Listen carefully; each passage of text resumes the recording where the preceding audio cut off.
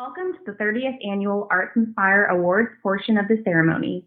I am Juliana Ems, Communications and Marketing Coordinator at Leading Age Texas and the ArtsInspire Program Staff Liaison.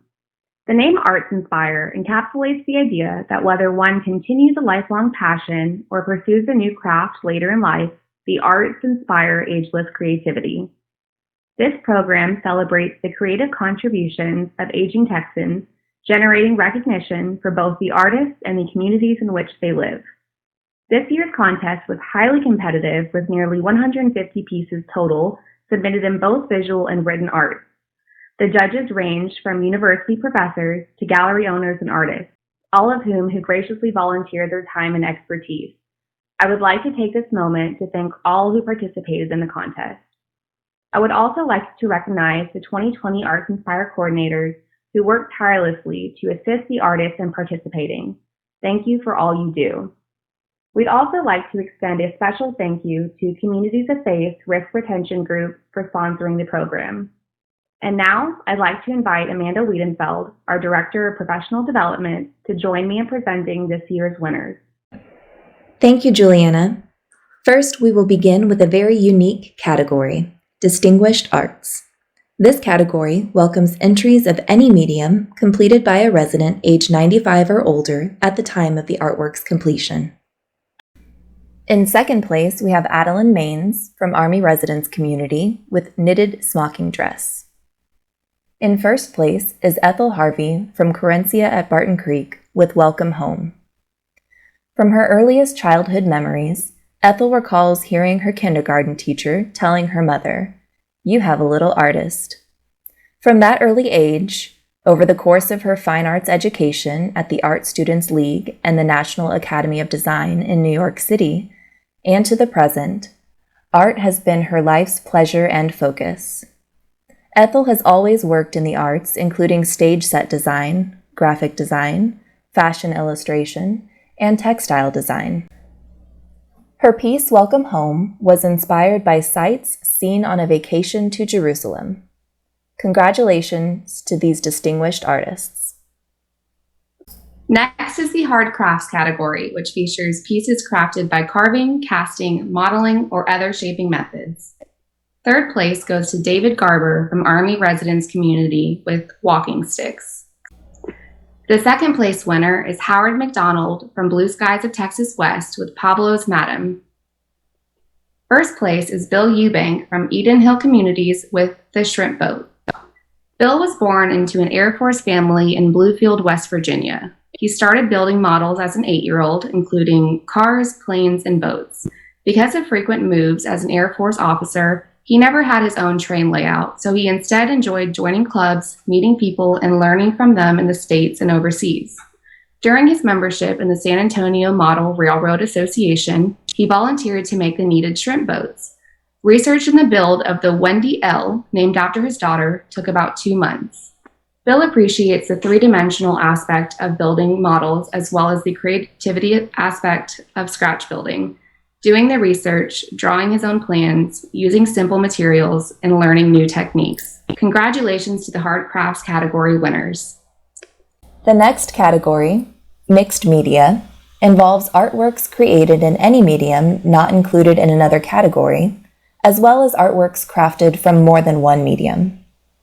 In third place, we are celebrating Ethel Harvey again from Corencia at Barton Creek with Jamming in the Park. In second place, we have Dorothy Dottie Wallingford from Blue Skies of Texas West with Savor San Antonio, Texas. Rounding out the category in first place is Ann Chris from Westminster with The Cyclists. As a youngster, Ann drew cartoon birthday cards for her family. This impressed her dad enough to convince her to read and study his cartoon book. Although it didn't interest her much at the time, she drew the cartoon for her high school paper. When Anne moved to Westminster, she took up some of the offered art classes, which she found very satisfying. When left on her own in class, she began drawing family members from photos. During the days of this pandemic and lockdown, she chose to do this cartoon of a fellow resident's family to spread some joy. Congratulations to these winners. Next, we'll take a short break from the visual arts to recognize the prose winners, the first of our written arts categories. In third place is John Chapani from Carinthia at Barton Creek with A Day in My Journey with Dementia. In second place, we have Peggy Klubnik, also from Carinthia at Barton Creek, with A Narrow Escape. First place is William Schluss from Westminster with Durham. William is a retired psychiatrist and psychoanalyst who practiced and taught in Houston and Austin for more than 40 years. He has done a fair amount of utilitarian writing and editing over the years for professional and community organizations and boards, but Durham is his first creative writing he's done since high school. About his piece, Durham, William says, "Writing about this important person in my early childhood turned out to be a moving and gratifying experience. It has prompted me to plan another piece on an important figure in my adolescence." Congratulations and thank you to all the prose winners for sharing their stories with us.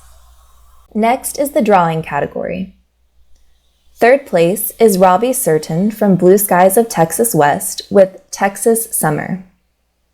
Second place is Eric Lindquist from Westminster with Abraham Lincoln. And first place is Kathy Long from Morningside Ministries at Menger Springs with Memories of New Mexico. Kathy began drawing in 2005, studying under the British graphite artist Mike Sibley. She wanted to draw animals, primarily dogs and cats, and Mike is one of the world's leading artists in that arena. She attended his workshop in San Antonio, then followed up with online classes, and that's how it all began. Today's piece, Memories of New Mexico, was inspired by her love for traveling in the state. Congratulations to the winners of this impressive category.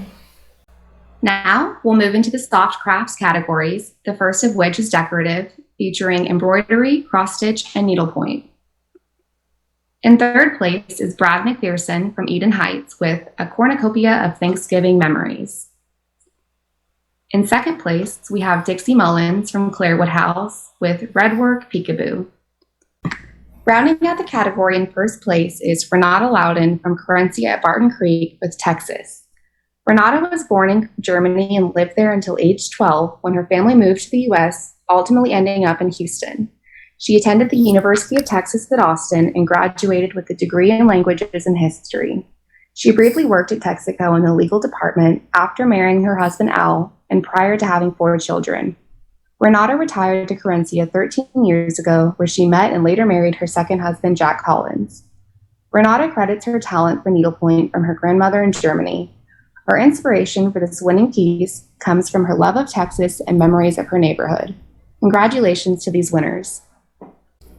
Next in soft crafts is sewing. In third place is Sandra Edsall from Army Residence Community with Indian Dream. In second place, we have Mary Dobbs, also from Army Residence Community, with The Backyard. First place goes to Sue Gilliam from Westminster with Circles Inspire. Sue grew up in New Zealand, and even after living in Texas for many years, she is still influenced by the beauty of the landscape and gardens of her native land. Though her art journey started with watercolor, she has since moved into acrylic painting and now does mostly collage, using papers, fabrics, and found stuff with lots of textures. Sue regularly tries new things and has an ever-increasing inventory of pictures and wall hangings. Circles Inspire was inspired from articles by Beryl Taylor and Jane LaFazzi in Cloth Paper Scissors magazine several years ago. Congratulations to the winners of the sewing category. Our last soft crafts category is textile, which is crafted by crocheting, knitting, weaving, tatting, etc. In third place is Karen McDonald from Blue Skies of Texas West with Cardinals.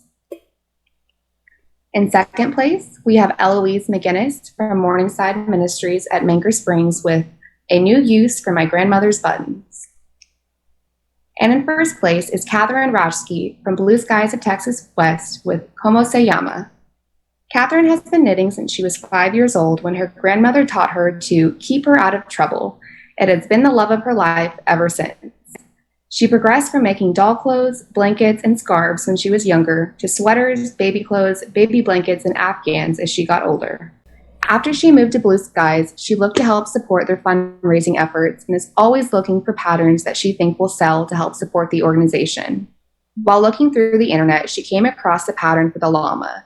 Catherine says it was so cute she just had to try to make him. Congratulations to the place winners in the soft crafts textile category. Next, we'll move on to Masterworks, featuring reproductions of other artists' works in any medium. In third place is Eric Lindquist from Westminster with Portrait of a Woman.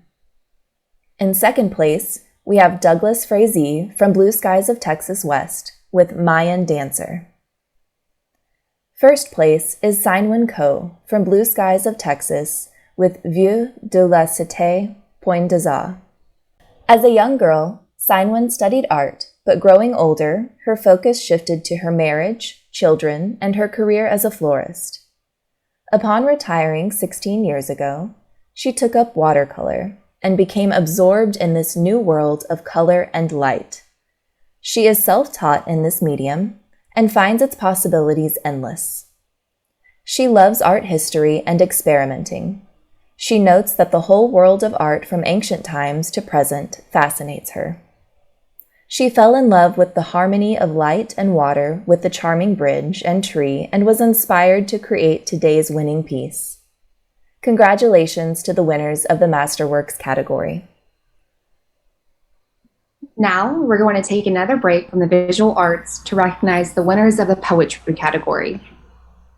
Our third place winner is Maureen Mulrooney from Corinthia at Barton Creek with A Sonnet, Ode to the Virus. In second place, we have Susan Sabino from Army Residence Community with Mask.